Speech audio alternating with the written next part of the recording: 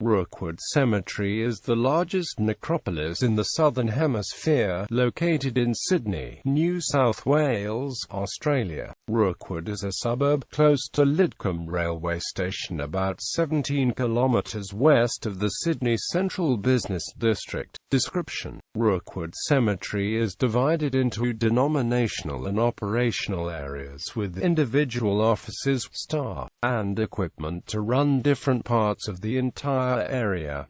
The cemetery is now managed by 3 trusts. Rookwood Necropolis Trust are the custodians of Rookwood on behalf of the NSW government. The 2 denominational trusts are responsible for the care and maintenance of a number of burial sections catering to various ethnic and cultural groups within the community. Those trusts are Rookwood General Cemetery Reserve Trust and the Catholic Cemeteries and Crematoria. The NSW Cremation Company, which founded and operates the Rookwood Memorial Gardens Crematorium, is the oldest operating crematorium in Australia. The NSW Cremation Company is the only private company operating a cemetery section within the necropolis grounds. Today the company is part of the Invicare Company. Rookwood also contains a number of memorial shrines, including those dedicated to victims of the Holocaust and to members of the Merchant Marines killed in wartime. The Sydney War Cemetery is located in the eastern section of the necropolis.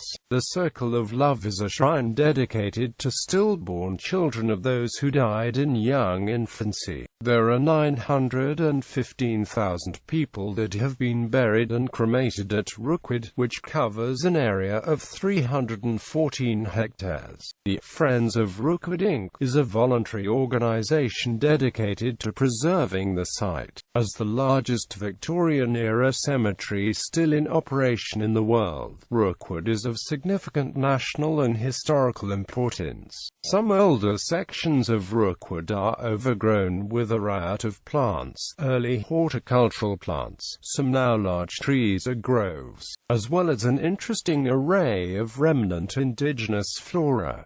This results in quite an eclectic mix of flora to be found within the necropolis. The Serpentine Canal within the Rookwood General Cemetery Reserve Trust was restored in recent years, repairing and replacing ornamentation, landscaping and vegetation over 31 hectares of the cemetery. History: in 1818, Governor Lachlan Macquarie had Sydney's main burial ground established near the town's brickworks. By the 1840s, the Devonshire Street Cemetery was close to being full, so another larger site was needed. A location near Randwick was chosen but abandoned in 1859 without ever being used due to complaints from a local residents and churches. In Australia, as in Europe, there was an increasing trend to move burial sites outside of the cities for practical, hygienic and other more aesthetic purposes. With a railway line having been completed to Parramatta in 1856, it was decided to locate the new cemetery at a point on the line. Several sites were surveyed and found to be inappropriate. However, in 1862 the government purchased 80 hectares of land at Haslam's Creek from the estate of Edward Cohen. Cohen's land had previously formed part of a larger parcel known as Hyde Park that had been given to the magistrate and parliamentarian Henry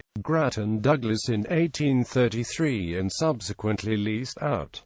The site was approved due to its relative isolation and proximity to the railway line. The cemetery was then divided into sections for the various denominations according to the numbers in the 1861 census. The Church of England section was 21 hectares. The Catholics were allocated 14 hectares and a non-denominational area of 23 hectares was also established. The Necropolis Act came into into force on 1 January 1868, and the cemetery was officially opened. By 1879, more land was needed, and the remaining 233 hectares of the former Hyde Park were then purchased. By the 1890s, the cemetery was home to several buildings, including the St. Michael the Archangel Chapel and various cottages for section managers and sextons. Originally known simply as the necropolis, local residents lobbied officials to have the name of the village changed from Haslam's Creek due to its association with the cemetery. In 1879, the villagers got the wish and the area's name was changed to Rookwood. However, before long the necropolis was also being referred to by that name. The settlement of Rookwood changed its name to Lidcombe in 1913.